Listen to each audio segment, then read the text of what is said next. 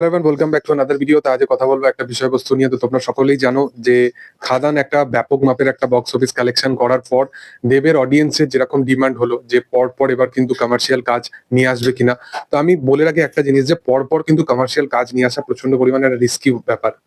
মানে প্রত্যেক বছরই যদি একটা অ্যাক্টর ভাবনা চিন্তা করে যে শুধুমাত্র আমি কমার্শিয়ালের উপরই কাজ করব, তাহলে তাকে অনেকটা লসেতে রান করে সেই জিনিসটাকে আনতে হবে। আজকে যদি একটা সেফ জোনে সে যদি দুটো ছবি অন্তত ফ্যামিলি ড্রামা এবং একটা কমার্শিয়াল ডেলিভার করার প্রচেষ্টা করে, তো সেই জায়গায় দাঁড়িয়ে সেই জিনিসটা ওয়ার্থ ইট। কারণ বাংলায় ওই জিনিসটা কখনো সম্ভবই নয়। কারণ বাংলার মধ্যে সেই টাইম নিয়ে সেই রকম প্রসিডিওরের সাথে সবকিছুকে পারফেক্ট ওয়েতে প্রেজেন্ট করা, একটুখানি বাজেট ব্যারিয়ার ইস্যু, প্রোডাকশন প্রত্যেকবারে সেই জিনিসটাই করতে হবে। প্রত্যেকবারই যে একদম সুপারহিটই হবে বা সি দেবের ছবি সুপারহিট হবে একটা নাম্বার জেনারেট অবশ্যই করতে হবে, বাট বারবার 10 কোটির ছবি প্রত্যেক বছরে নিয়ে আসা সেটা কিন্তু অনেকটা চাপের ব্যাপার। তো সেই কারণবশত আজকে একটা সাজবাতি, টনিক, প্রধান, প্রজাপতি দেবার পরেই কিন্তু একটা খাদান এসছে। সেগুলো যদি না চলতো খাদান কিন্তু আসতো না। আর খাদান যদি না আসতো তাহলে কিন্তু রঘু ডাকাত আসতো না, এটা কিন্তু বুঝতে হবে আমাদের। এবং এই যে ফ্যামিলি ড্রামা যে আসছে 2025 সালে প্রজাপতি 2, এবং প্রজাপতি 2 এর সাথে রঘু ডাকাত আসছে, 5 ফিল্ম আসছে।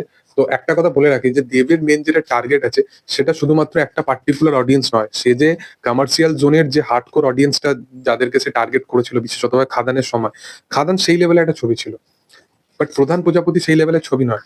তো সেটা বুঝতে হবে যে তার কিন্তু যে সিনেমাগ্রাফিটা যেটা আছে, যা ফিল্মোগ্রাফি যেটা আছে, সেটা কিন্তু প্রত্যেকটা অডিয়েন্সকে সে টার্গেট করার চেষ্টা করছে।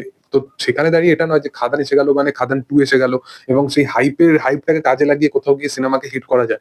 বাট সেলফ অ্যাওয়ারনেস বা নিজের একটা ইমেজেরও একটা ব্যাপার আছে। মানে সে এত বছর ধরে ইন্ডাস্ট্রির মধ্যে আছে এবং সে শুধুমাত্র টেকেন ফর গ্রান্টেড হিসাবে যা হোক একটা স্ক্রিপ্ট এনে খাদান 2 বানিয়ে ফেললো, সেই জিনিসটা তো কখনোই সম্ভব নয়। তো সেই কারণবশত সেই সিনেমাটাকে একদম পারফেক্টলি টাইম দিতে হবে আমার মতে। এবং প্রজাপতি 2 আসছে, কিন্তু তার সাথে রঘু ডাকাত আসছে। এবং রঘু ডাকাত নিয়ে যারা ডাউট করছে, রঘু ডাকাত 10 কোটি টাকার সিনেমা। রঘু ডাকাতের look and feel set up অনেক বেটার হতে চলেছে, খাদানের থেকে তো অনেক বেটার হতে চলেছে। কারণ খাদানে যে জিনিসগুলো খামতি ছিল, যেগুলো দেবদান নিজে কনসিডার করেছে, সেগুলো কিন্তু রঘু ডাকাতের সময় হবে না। এবং রঘু ডাকাতের ক্রিয়েটিভ ম্যানেজমেন্ট থেকে সমস্ত থেকে কিন্তু দেবদা পুরো জিনিসটাকে কিন্তু সে নিজে দেখবে। তো সেই কারণবশত রঘু ডাকাতের look and feel set up সবকিছুই হবে। এবং রঘু ডাকাতের যে অডিয়েন্সটাকে টার্গেট করবে, রঘু ডাকাত প্রত্যেকজন মানুষের দেখা উচিত সেইটাকে টার্গেট করবে। তার সাথে সাথে সে প্রজাপতি 2 টাকেও নিয়ে আসছে, যারা কিন্তু দেবদাস সেই ফ্যান, যারা কিন্তু এইরকম কাইন্ড অফ ছবি দেখতে পছন্দ করে। তো সে দুখানা ছবি আনছে, দুটো কিন্তু আলাদা আলাদা অডিয়েন্সের জন্য। কিন্তু এই যেহেতু আলাদা আলাদা অডিয়েন্স, তো সেহেতু দুটো অডিয়েন্সই কিন্তু তার প্রত্যেকটা ছবির জন্যই কিন্তু ওয়েট করে থাকে। তো এই কারণবশত সে এই যে ফ্যামিলি ড্রামা, খাদান 2 এইগুলো নিয়ে ভাবনা চিন্তার দরকার নেই। প্রত্যেক বছরেই কমার্শিয়াল সিনেমা আসবে, সেটা ম্যাটার করে না। আমার মনে হয় যে প্রত্যেকটা জনারেরই কাজ আসা উচিত।